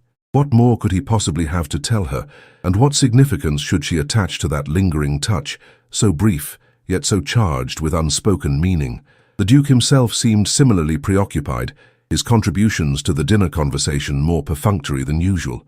Several times, Eleanor glanced up to find his gaze upon her, thoughtful and intent, before he would return his attention to his plate or respond to some query from Augusta. "I declare you are both positively somnambulant this evening," Augusta finally observed with characteristic directness. "Has the excitement of the village fete so exhausted your conversational resources? Or perhaps it was the unexpected appearance of our least favorite baronet that has cast this pall?" "Forgive me, Augusta," Eleanor replied, making an effort to engage. "I confess my thoughts were wandering, as were my brother's, evidently, though I suspect in rather more aligned directions than is typically the case." Augusta's shrewd gaze moved between them, a knowing smile playing about her lips. "Perhaps I shall retire early this evening. A slight headache, you understand. Nothing that should prevent you both from continuing your evening in the library, as has become your custom." The Duke gave his sister a look that, in another man, might have been interpreted as alarm. "There is no need to withdraw on our account, Augusta." "Nonsense. I shall be far better company tomorrow after a restful night." Augusta rose, prompting both Eleanor and the Duke to stand as well. "Eleanor, my dear, that shade of rose becomes you tremendously. Does it not, Edmund?" Put on the spot by this direct query about his wife's appearance, the Duke appeared momentarily discomfited. "It is most suitable," he managed, though his gaze lingered on Eleanor's face in a manner that suggested more appreciation than his tepid words conveyed. After Augusta's departure, an awkward silence descended upon the dining room. The footman stood at attention, awaiting instructions for serving the final course or clearing the table. "Shall we adjourn to the library?" the Duke suggested. "Unless you prefer to retire as well." "The library would be pleasant," Eleanor replied, her pulse quickening at the prospect of continuing their interrupted conversation. The walk through the corridors of Winter Hall seemed longer than usual, the silence between them charged with anticipation. A footman preceded them to light the library lamps, then withdrew with a discreet bow, closing the doors behind him. Alone, at last, Eleanor moved to the window, gazing out at the gardens now silvered by moonlight. She heard the Duke cross to the sideboard, where a decanter of brandy stood ready, the soft clink of glass against glass as he poured himself a measure. "May I offer you a glass of sherry?" he inquired, his voice carefully neutral. "Thank you, no." Eleanor turned to face him, gathering her courage. "You mentioned there was more I should know." The Duke set down his untouched brandy, his expression grave as he approached her. "Indeed, though I find myself uncharacteristically uncertain how to proceed. Perhaps directly would be best," Eleanor suggested, her hands clasped tightly together to prevent their trembling from betraying her tension. "Very well." He drew a deep breath as if preparing for a difficult confession. "You are aware that I investigated your family's circumstances before proposing our marriage. What you do not know is why I undertook such an investigation in the first place." Eleanor waited, sensing this was a moment of significant revelation. "I first observed you 3 years ago at Lady Harrington's musical evening. You were playing the pianoforte, Beethoven's Moonlight Sonata. Your performance was moving." Surprised by this unexpected beginning, Eleanor searched her memory. "I recall the evening, though I do not remember seeing you there. I arrived late and stood at the back of the room. You were wholly absorbed in the music." A faint smile touched his lips. "I found myself equally absorbed in watching you play. And from this single observation, you developed an interest in my family's financial affairs?" Eleanor asked, confusion evident in her tone. "No. From this single observation, I developed an interest in you." The Duke's directness startled them both. He turned away briefly, as if collecting himself, then continued. "I made inquiries about you, discreet ones. I learned of your family's respectable, if modest, position, your reputation for kindness and intelligence, your father's ill health. You investigated me years before my father's death." Eleanor struggled to comprehend the timeline he was describing. "I observed you from a distance on several occasions thereafter, at the county assembly, in the village lending library, at church services when I was in residence at Windsor."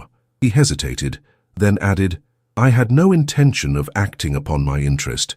My experience of marriage had left me reluctant to enter that state again." Eleanor's mind reeled with this revelation. "Then, what changed your mind?" "Your father's death, the subsequent revelation of his financial ruin." The Duke's expression grew somber. "I witnessed your conduct during that period of adversity, your dignity, your care for your younger sister, your refusal of easier paths that might have compromised your principles." "You witnessed this all from a distance?" Eleanor asked, a note of disbelief entering her voice. "Not entirely. I employed inquiries through mutual acquaintances, reports from my steward, who had occasion to observe your management of what remained of Whitcomb Park." He met her gaze directly. "I did not make my decision lightly, Eleanor, nor in ignorance." "Your decision to marry me," she clarified, still struggling to absorb the full import of his confession. "Yes, to offer you the protection of my name and position, without expectation of, that is." For the first time since she had known him, the Duke appeared genuinely discomfited. "I wished to provide you security without imposing upon you the more intimate obligations of marriage." Understanding dawned, bringing with it a flush of heat to Eleanor's cheeks. "You proposed a marriage of convenience." "I proposed a marriage of respect," he corrected quietly, "based upon my admiration for your character rather than conventional considerations of alliance or advantage." Eleanor moved away from the window, needing physical distance to process this extraordinary revelation. "And the locket? How did that come into your possession?" "I traced it through the dealer who purchased it from your aunt. It took some time to locate, as it had changed hands several times." He paused, then added with careful precision, "I acquired it shortly before our wedding, intending it as evidence of my intentions toward you." "Evidence?" Eleanor echoed, puzzled by his choice of word. "That I wished to restore rather than possess, to give rather than take." The Duke's gaze was steady, though his voice had grown less certain. "I have not been, that is, my first marriage was not," he faltered, seemingly unable to complete the thought. Eleanor waited, sensing that whatever he struggled to express was vital to understanding the man she had married. "My first wife was beautiful, accomplished and utterly suitable in every respect," he finally continued. "Our families arranged the match with meticulous attention to advantage on both sides. Neither of us objected.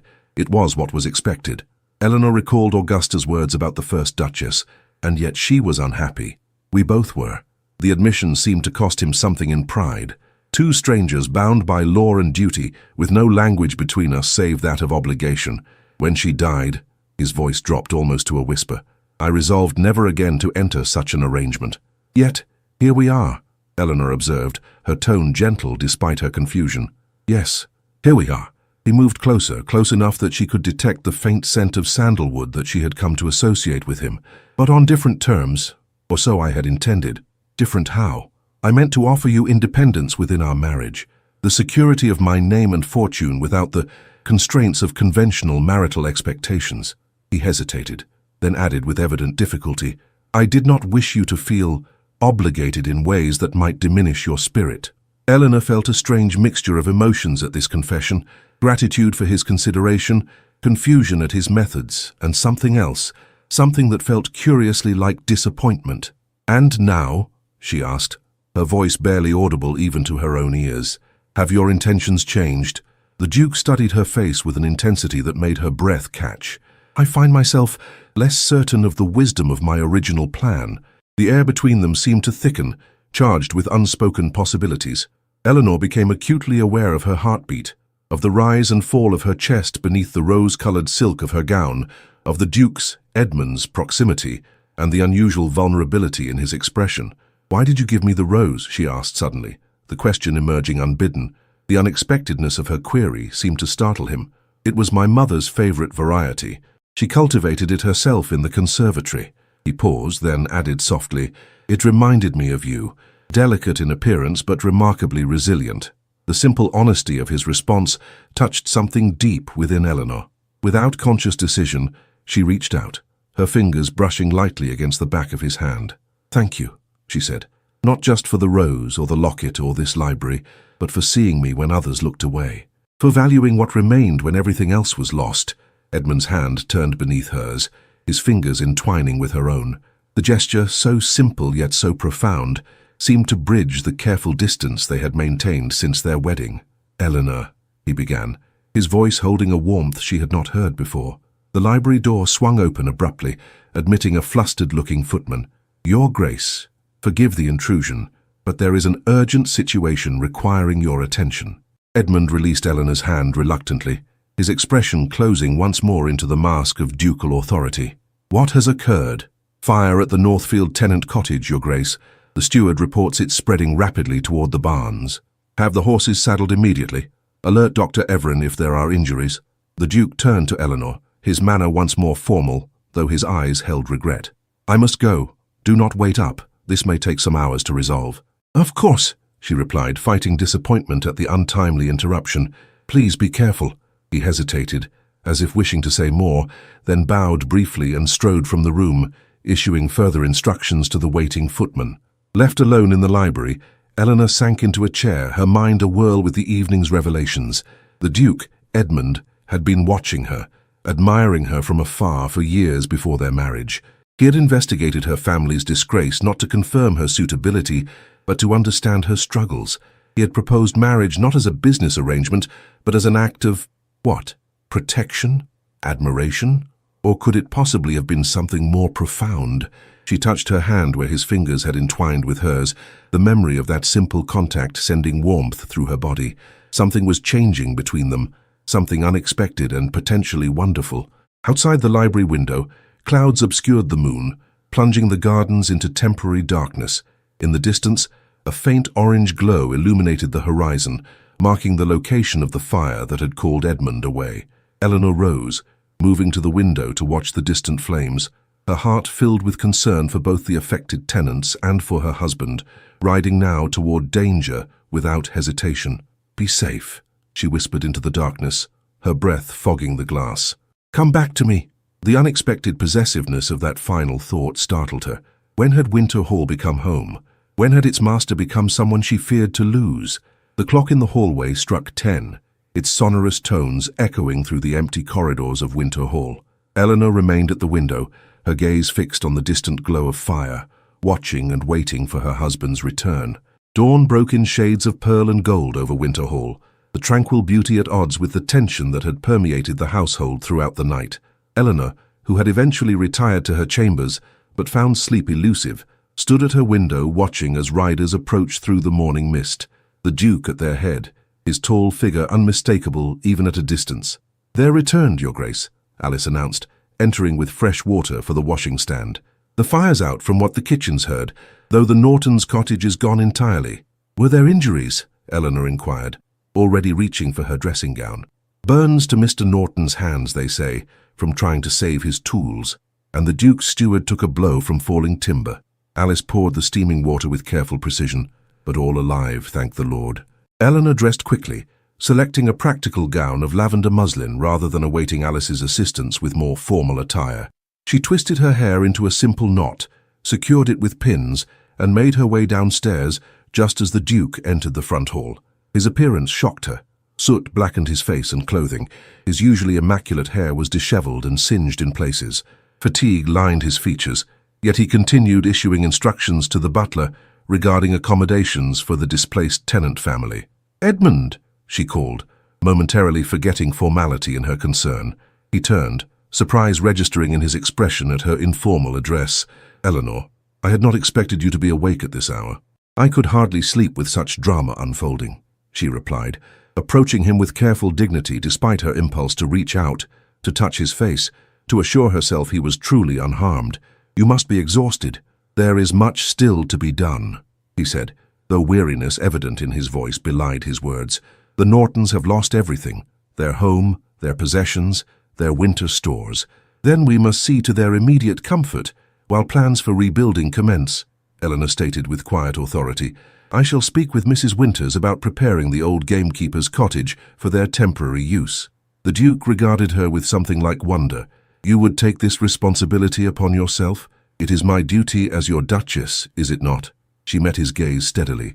"To care for those under Winter's protection." A moment of silence stretched between them, filled with unspoken recognition. "Yes," he finally replied, "though many in your position might consider such matters beneath their attention." Then they would be poor duchesses indeed. Eleanor glanced at his soot-stained clothing. You should rest while I make the necessary arrangements. You can be of little use to anyone if you collapse from exhaustion. A fleeting smile touched his lips. Is that an order, Your Grace? A recommendation born of concern, she corrected, surprised by his momentary playfulness despite his obvious fatigue, though I shall elevate it to a duchess's command if necessary. Their exchange was interrupted by the arrival of Dr. Everin, a man of medium height with kind eyes and capable hands, whom Eleanor recognized from the village fete. He carried a medical bag and wore an expression of brisk efficiency. Winter, you should be abed, not standing about issuing orders in your condition, he declared without preamble. I've just left Norton with his hands bandaged and sedated. Williams's shoulder is set, though he'll need weeks to recover properly. What remains is work for the uninjured, not men who've spent the night inhaling smoke and hauling timber. The Duke's expression suggested he might argue the point, but a glance at Eleanor's concerned face appeared to change his mind. Very well. I shall rest for a few hours, provided the Duchess agrees to oversee the arrangements for the Norton family. I am perfectly capable of doing so, Eleanor assured him. Dr. Everin, would you be kind enough to advise me on any special requirements for Mr. Norton's comfort? I intend to establish the family in the old gamekeeper's cottage until their home can be rebuilt. The doctor's approval was evident in his smile. A sensible plan, Your Grace. The main concern will be keeping his burns clean and preventing fever. I shall call upon them once they're settled and provide instructions for his care. Thank you. Eleanor turned back to the Duke, who was watching their exchange with an unreadable expression. I shall report to you once arrangements are complete. Please allow Winters to attend to you. You look as though you've stood too close to the flames yourself. Something flickered in his eyes at her words. A brief vulnerability quickly concealed. I shall be in my chambers if truly urgent matters arise. Otherwise, I entrust the situation to your judgment. The gravity of this delegation was not lost on Eleanor. As the Duke departed, leaning more heavily on the banister than he might have wished observed, Dr. Everin turned to her with frank assessment. He must think highly of you, Your Grace. I've known Edmund Hale since boyhood, and he's never been one to relinquish control willingly, even when half dead from exhaustion. You've been friends that long? Eleanor inquired, seeing an opportunity to gain insight into her enigmatic husband. Since we were boys climbing trees and fishing in the stream that borders both our father's properties. The doctor smiled at the memory. Though our paths diverged when he inherited the dukedom and I pursued medicine, I like to think some essence of friendship remains. It clearly does, given the liberty with which you address him, Eleanor observed with a smile of her own. A physician's privilege, Everin replied with a wink. Even dukes become mere mortals in the sick room. But come, if we're to have the Nortons comfortably settled by nightfall, there's much to arrange. The morning passed in a flurry of activity, as Eleanor directed servants in preparing the gamekeeper's cottage, dispatched wagons with provisions and necessities, and consulted with the steward regarding plans for rebuilding the destroyed tenant home. She found unexpected satisfaction in these practical tasks, applying the household management skills she had developed during Whitcomb Park's decline to a more constructive purpose. By mid-afternoon, the Norton family, husband, wife, and 3 young children, were installed in their temporary home with provisions, clothing, and essential furnishings. Mrs. Norton, a sturdy woman with a practical manner belied by red-rimmed eyes, grasped Eleanor's hands in gratitude. We never thought to see the Duchess herself attending to our troubles, she said, her voice rough with emotion. The old Duke would have helped, to be sure, but through stewards and such, not with his own hands. Winter Hall's duty to its tenants does not change with its mistress, Eleanor replied gently. Your husband's injury occurred in service to the estate, protecting property that ultimately belongs to the Duke. Our obligation to you is clear. Still, it's a comfort to know the hall has a heart again, Mrs. Norton persisted, begging your Grace's pardon for the liberty. The remark stayed with Eleanor as she returned to Winter Hall, contemplating what the woman had meant by a heart again. Had the estate seemed heartless during the years of the Duke's widowhood? Had his grief manifested as coldness toward those dependent upon him? She found Augusta in the drawing room, unusually subdued as she arranged autumn flowers in a crystal vase. I've heard about your management of the Norton situation, Augusta said without preamble. Most impressive for a duchess of less than a month's standing. It seemed the proper course, Eleanor replied, accepting the cup of tea Augusta poured for her. Has the Duke emerged from his chambers? Not yet, though Winters reports he bathed and slept for several hours. Knowing my brother, He is probably reviewing estate documents even now instead of properly resting. Augusta studied Eleanor over the rim of her teacup. You seem to have formed a remarkably efficient partnership in a short time. Hardly that, Eleanor demurred. I merely applied common sense to an urgent situation. Common sense is uncommonly rare, particularly among those born to privilege. Augusta set down her cup with deliberate precision. My brother recognized that quality in you, I think, long before he made his offer. Eleanor glanced up sharply. Has he spoken to you of this? Edmund? Hardly. He guards his inner thoughts as a miser guards gold. Augusta's shrewd gaze assessed Eleanor carefully. But I observed his interest in you years ago, though he believed himself entirely discreet. You knew he was watching me? Eleanor struggled to find an appropriate term for the Duke's distant observations. Watching, inquiring, collecting every scrap of information about the quiet, dignified daughter of Whitcomb Park. Augusta smiled at Eleanor's evident surprise. My brother may be a master of self-containment, but to one who knows him well, his behavior was most revealing. Why did you not mention this before? Would you have believed me?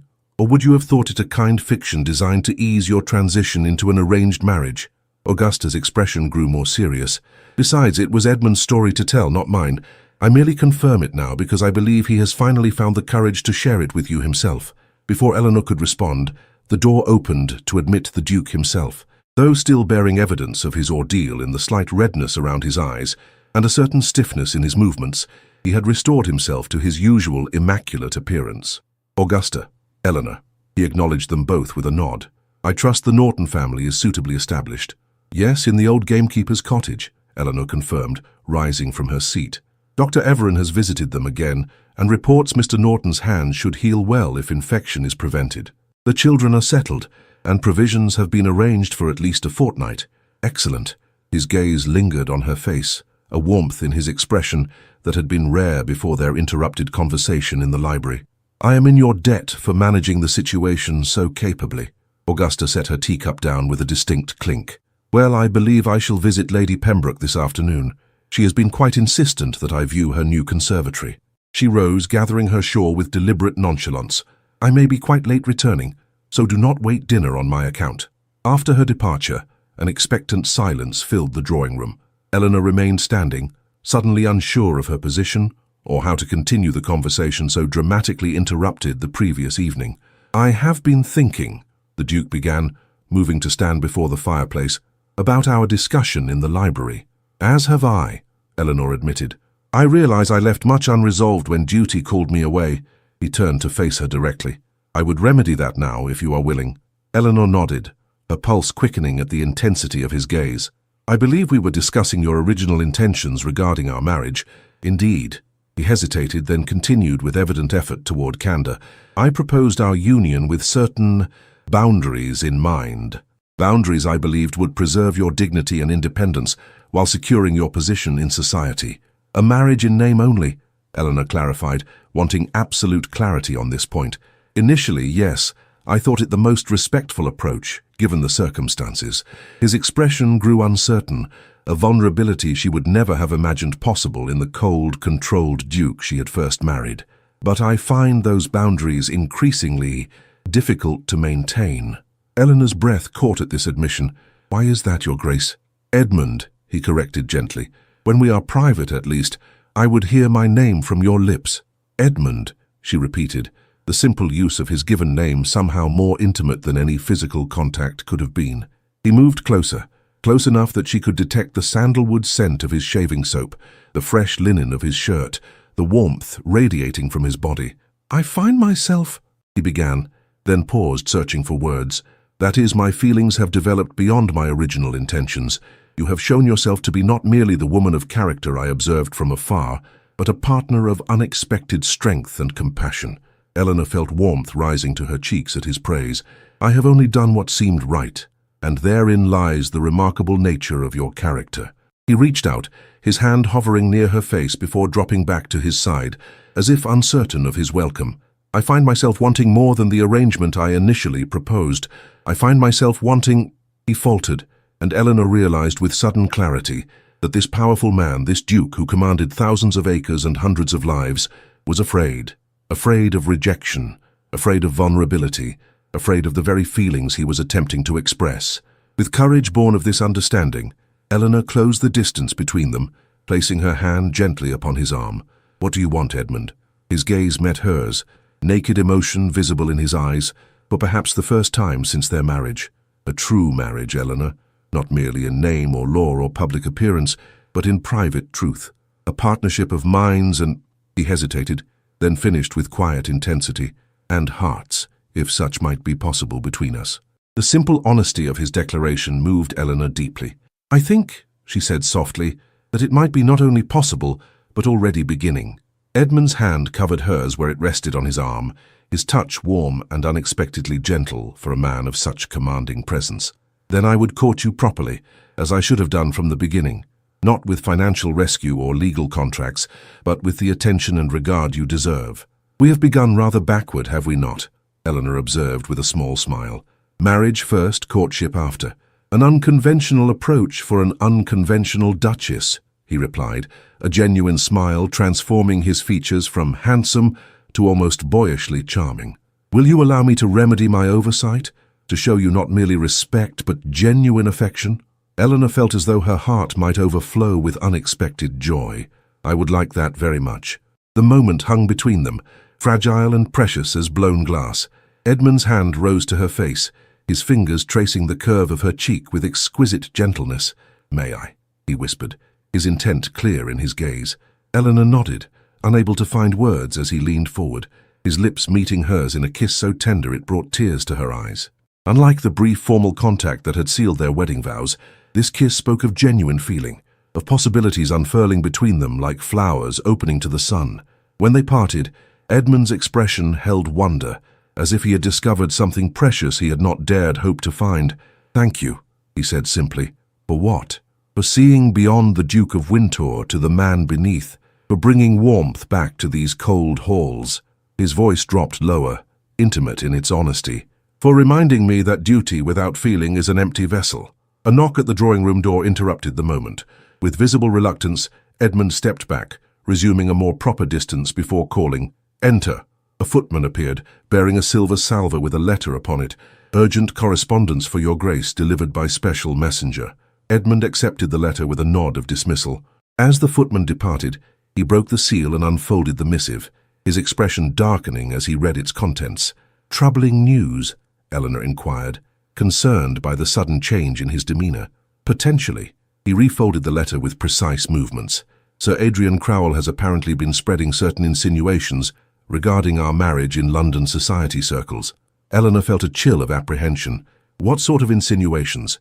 "The letter is not specific, only that he has been most indiscreet in his speculations about the circumstances of our union." Edmund's jaw tightened. "It appears our confrontation at the village fete has inspired him to more calculated mischief."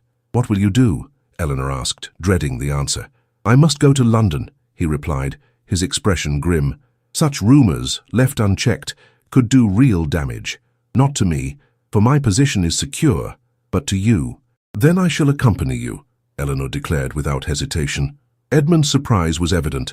The London season does not begin for months. Society will be limited and the circumstances uncomfortable. "Nevertheless, I am your Duchess. If my reputation is at stake, I should face the challenge directly rather than hiding in the country like a guilty secret." Eleanor straightened, drawing upon all her natural dignity. "Unless you prefer I remain here." Something like pride flickered in Edmund's eyes. "I would be honored by your company, if you are certain." "I am." Eleanor moved to stand beside him, a physical demonstration of her resolve. "When do we leave?" "Tomorrow, if arrangements can be made so quickly." He took her hand, raising it to his lips in a gesture both courtly and intimate. "I did not anticipate this test of our new understanding coming quite so soon." "Nor did I," Eleanor admitted. "But perhaps it is fitting. If we are to build a true marriage, as you suggested, we should face its challenges together from the beginning." Edmund's fingers tightened around hers. "Together, then. And may Sir Adrian Crowell regret his decision to make an enemy of the Duke and Duchess of Windsor." Outside the window, a lone rider approached along the gravel drive, Dr. Everin returning for a final check on the Duke's condition. But within the drawing room, something new had taken root between its occupants, a fragile trust blossoming towards something that might, with care and courage, grow into love. The mantel clock struck 4, its chimes marking not merely the hour, but the commencement of a journey neither had anticipated when they stood before the altar as strangers bound by contract and necessity. Now they would face London society as allies, perhaps even as true husband and wife. Spring came to Winter Hall in gentle waves of green and gold, as if nature itself celebrated the transformation that had occurred within its stone walls. The gardens, once rigidly maintained in formal patterns, now featured wildflower borders and meandering paths that invited leisurely exploration rather than merely offering impressive vistas. Eleanor stood at the library window, watching as gardeners planted new rose bushes along the southern terrace, varieties she had selected personally during their sojourn in London. The morning sun caught in her hair, illuminating threads of copper among the rich brown, and gleamed upon the gold band that had, over the past 6 months, come to represent not obligation, but choice. "Admiring your handiwork?" came Edmund's voice from the doorway. She turned with a smile, still marveling at how her heart quickened at the sight of him. "Hardly handiwork when others do the actual planting. I merely pointed and decreed." "The privilege of your position," he replied, crossing the room to join her at the window, "though you exercise it with considerably more restraint than most duchesses of my acquaintance, perhaps because I still remember what it is to serve rather than be served." Eleanor leaned slightly against him as his arm encircled her waist, a casual intimacy that would have been unimaginable in the early days of their marriage. Their journey to London had proven a turning point in their relationship. Faced with Sir Adrian's malicious insinuations in society, they had presented a united front that surprised and ultimately silenced the gossips. Edmund had been magnificent, cold fury controlled beneath impeccable manners as he systematically dismantled Adrian's credibility in the clubs and drawing rooms of Mayfair. But it had been Eleanor who delivered the final blow, confronting Adrian directly at Lady Harrington's winter musicale, the very event where Edmund had first observed her years before. "I understand you have taken considerable interest in the circumstances of my marriage, Sir Adrian," she had said, her voice carrying just far enough to be heard by those nearby. Such concern might be touching, were it not so evidently motivated by wounded pride and petty malice. Adrian had blanched, his practiced charm deserting him beneath the collective gaze of the assembled company. "I assure you, Duchess, any remarks I may have made were merely the desperate attempts of a man who abandoned a friend in adversity, only to find that friend elevated beyond his reach," she had interrupted, her tone gentle but implacable. "How fortunate I am that the Duke of Windsor possesses greater constancy of character." The incident had effectively ended Adrian's social aspirations. Within a fortnight, he had departed for the continent, ostensibly for his health, but in reality fleeing the cold shoulders that had replaced welcoming smiles throughout London society. More importantly, the crisis had cemented Eleanor and Edmund's partnership in ways neither had anticipated. Sharing quarters in Edmund's London house, planning strategy over private dinners, presenting themselves to society as a couple genuinely in accord, all had accelerated the courtship he had promised at Winter Hall. By the time they returned to the country, the theoretical boundaries of their marriage had dissolved entirely. Edmund had moved his personal possessions to the connecting door between their chambers, was left permanently unlocked. "The roses should bloom magnificently by midsummer," Edmund observed, drawing Eleanor back to the present moment, "just in time for the garden party." "If the weather cooperates," she agreed. "Augusta is convinced we're tempting fate by planning such an extensive entertainment. Augusta enjoys predicting disaster almost as much as she enjoys being proven wrong."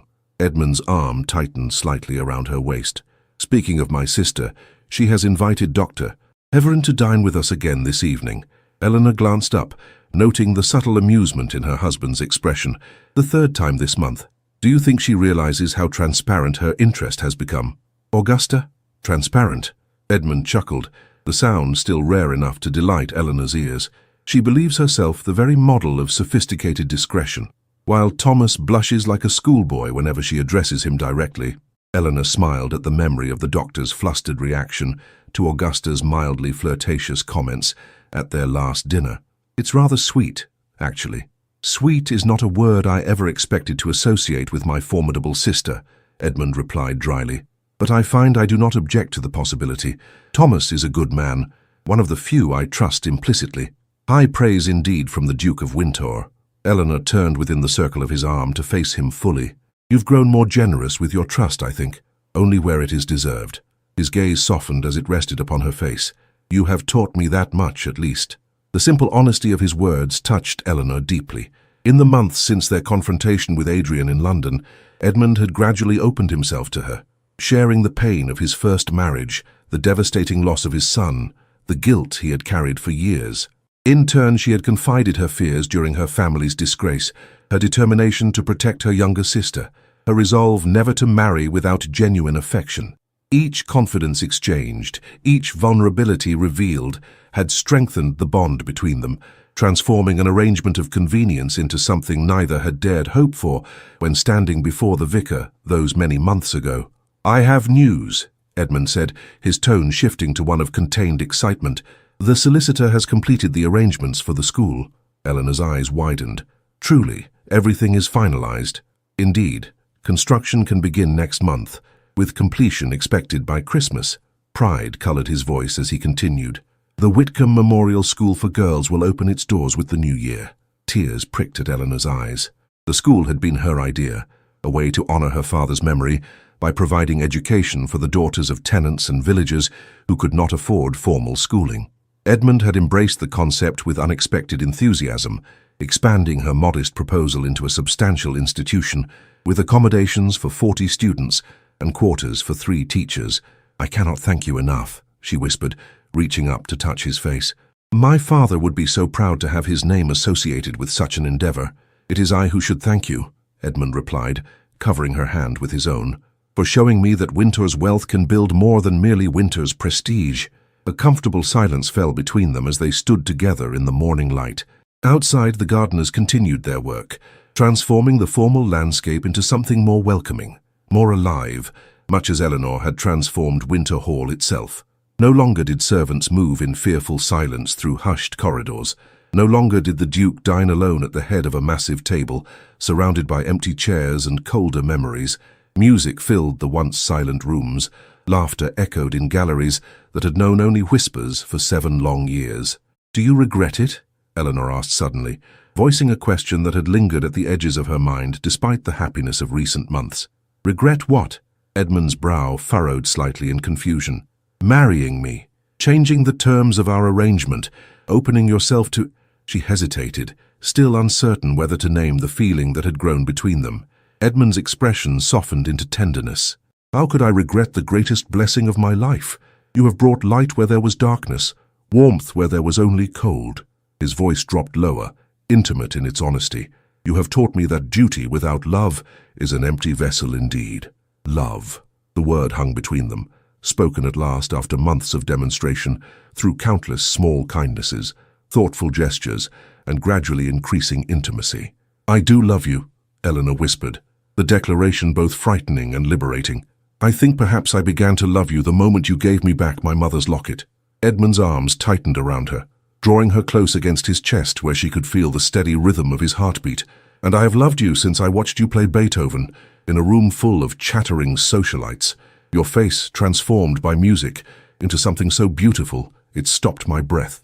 He kissed her then, not the tentative, gentle kiss of their first true embrace in the drawing room, but something deeper, richer, filled with the certainty of reciprocated feeling. Eleanor returned his kiss with equal fervor, her arms twining around his neck as the last barriers between them dissolved in the morning sunlight. When they finally parted, Edmund rested his forehead against hers, his eyes closed as if savoring the moment. "I had not thought to find this again, or perhaps to find it truly for the first time." "Nor I," Eleanor admitted. "When I agreed to our marriage, I hoped only for security, and perhaps, in time, companionable respect. And now, I find myself embarrassingly grateful for my father's financial ruin," she replied with a small laugh. "For without it, I might never have become your Duchess." Edmund smiled, the expression now more frequent but no less precious for its increased appearance. "Then we shall include gratitude among the many virtues taught at the Whitcomb School." A knock at the library door interrupted their private moment. With reluctance, they separated to a more proper distance before Edmund called, "Enter." Mrs. Winters appeared, her usually stern countenance softened by what might almost have been a smile. "Begging your Grace's pardon, but the Norton children have arrived with the first flowers from their new cottage garden. They particularly wished to present them to the Duchess. "By all means, show them in," Eleanor replied, delighted by the unexpected visit. The Norton children, Mary, John, and little Beatrice, entered shyly, each clutching small bunches of early spring blossoms. They had prospered in the month since the fire. Their father's hands healed well enough to resume his carpentry, their new cottage built larger and sturdier than the one destroyed by flames. "For you, Your Grace," Mary, the eldest at 9 years, said with a careful curtsy as she presented her flowers. "Mother says they're nothing grand, but they're the first blooms from the seeds you gave us." Eleanor accepted the humble offering with genuine pleasure. "They're beautiful, Mary, and all the more precious for being grown with your own hands." Little Beatrice, barely 5, sidled closer to Edmund, looking up at his imposing height with more curiosity than fear. "We growed them special," she announced with childish directness, "'cause you and the Duchess was kind when our house burned up." Edmund, to Eleanor's delight, and Mrs. Winter's poorly concealed astonishment, knelt to the child's level. "That was no more than you deserved," he said gravely. "Wintour takes care of its own." The simple interaction, so natural yet so at odds with the cold, distant Duke who had first brought Eleanor to Wintour Hall, crystallized the transformation of recent months. As the children were ushered out with promises of cake from the kitchen, Eleanor felt a wave of profound contentment wash over her. "What are you thinking?" Edmund asked, noting her thoughtful expression. "I was thinking," Eleanor replied slowly, "of the strange paths that lead us to happiness, how what seems at first a misfortune may prove instead the beginning of something wonderful." Edmund took her hand, raising it to his lips in a gesture that had become familiar, but never commonplace. "From duty to devotion," he murmured against her skin, "from arrangement to affection. From the coldest duke to the warmest husband," Eleanor completed with a smile, her free hand rising to touch the locket that still hung at her throat, no longer a symbol of what she had lost but of all she had gained. Outside, spring sunlight bathed the gardens in golden warmth. Within, 2 hearts once shielded by caution and circumstance beat in newfound harmony. And throughout Winter Hall, from servants' quarters to grand galleries, the transformation was complete. Where once coldness had reigned, warmth now flourished. Where silence had echoed, laughter resounded. Where duty alone had sustained, love now nourished. Eleanor leaned against her husband's side, his arm settling naturally around her shoulders as they gazed out at the blooming gardens that mirrored their own unexpected flowering. The morning stretched before them, filled with possibilities neither could have imagined on that misty wedding day that now seemed a lifetime ago. "Shall we walk in the gardens?" Edmund suggested, his voice warm with affection. "I believe the first lilies are opening near the pond." "I would like that very much," Eleanor replied, taking his offered arm. Together they stepped into the sunshine, the Duke and his once reluctant bride, now bound by choice rather than circumstance, by love rather than law. Behind them, the white roses on the library table, descendants of that first meaningful gift, released their delicate fragrance into the air, perfuming the room where a cold heart had first begun to thaw beneath the gentle warmth of understanding. And as spring bloomed around Winter Hall, so too did the love that had grown from the most unlikely of beginnings, a forced marriage to the coldest duke, a bowed head, and a first gift that had brought tears to transform 2 lives forever. In the quiet chambers of our hearts, we often build walls of duty and propriety, believing they will protect us from life's sorrows. Yet in doing so, we may inadvertently imprison ourselves within cold fortresses of our own making. The true courage lies not in perfect strength, but in the willingness to be vulnerable again after pain has taught us caution. Edmund and Eleanor's journey reminds us that sometimes what appears to be our greatest misfortune, a forced marriage, a family's disgrace, may actually be the doorway to unexpected grace. Love does not always announce itself with passionate declarations or dramatic gestures. Sometimes it grows silently in the space between duty and kindness, in small moments of recognition, when one soul truly sees another. It flourishes not in perfect circumstances, but in imperfect hearts, willing to risk disappointment for the possibility of joy. Perhaps the most profound transformation is not from poverty to wealth or from disgrace to title, but from isolation to connection, from believing oneself beyond the reach of genuine understanding to discovering that even the coldest heart can thaw under the patient warmth of compassionate love. In a world that often values appearance over substance, remember that true nobility lies not in titles or possessions, but in the courage to remove our protective masks and allow ourselves to be truly known. For it is only when we are seen, fully, honestly, compassionately, that our hearts can finally come home to themselves. Did this tale of unexpected love and transformation touch your heart? Subscribe now to receive more enchanting historical romances that will transport you to worlds where duty and desire dance in delicate balance, where proud hearts learn to bend, and where love proves the greatest healer of wounded souls. Share your thoughts in the comments below. Did Eleanor's quiet strength inspire you? Did Edmund's journey from cold duty to warm devotion remind you that change is possible even for the most guarded hearts? Your reflections mean the world to our community of romance enthusiasts. Remember, every great love story begins with a first step into vulnerability. Take yours today by joining our family of readers who believe in the transformative power of love. One page, one heart, one story at a time.